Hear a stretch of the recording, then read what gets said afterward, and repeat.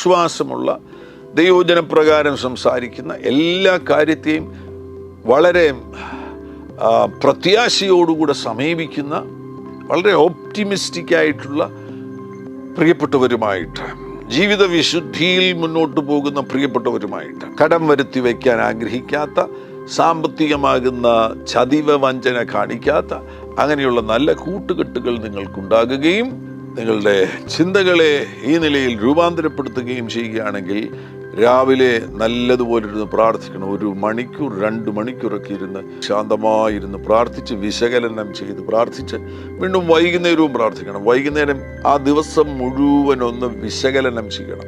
ഒരു self examination നടത്തണം. 8 മണിക്ക് ഞാൻ എന്ത് ചെയ്തു? ഞാൻ ആ വാർത്ത കണ്ടതുകൊണ്ട് എനിക്ക് എന്തെങ്കിലും പ്രയോജനമുണ്ടായോ? ഇല്ല. ഇനി അതിൻ്റെ അങ്ങനെയുള്ള വാർത്തകൾ കാണണ്ട. ആ വാർത്തകളിൽ നിന്ന് അകത്ത് കയറിയ കാര്യങ്ങൾ പുറത്തു പോകട്ടെ. 12 മണിക്ക് ഞാൻ ആ വ്യക്തിയുമായി സംസാരിച്ചപ്പോൾ ആശയപ്പൊരുത്തക്കേടുകൾ ഉണ്ടായത് അത് വേണ്ടിയിരുന്നില്ല. കർത്താവേ, എന്നോട് ക്ഷമിക്കണമേ. ഇങ്ങനൊരു വിശകലനം നടത്തണം. രാവിലെ മുതൽ രാത്രിയിൽ നിങ്ങൾ ഉറങ്ങുവാൻ കിടക്കുന്നതിന് മുൻപ് വരെ സംഭവിച്ച കാര്യങ്ങളെ ഒരു സെൽഫ് എക്സാമിനേഷന് വിധേയമാക്കണം. അപ്പോൾ തന്നെ ആവശ്യമില്ലാത്ത കാര്യങ്ങളെല്ലാം പോകും.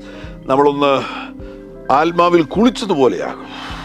അതിനുശേഷം കിടന്നുറങ്ങുമ്പോൾ വ്യാകുലതയില്ലാതെ ഉറങ്ങുവാൻ തക്കവണ്ണം വചനം, ദൈവത്തിൻ്റെ വചനം ഹൃദയത്തിൽ ചിന്തിച്ചുകൊണ്ട് കിടന്നുറങ്ങുക.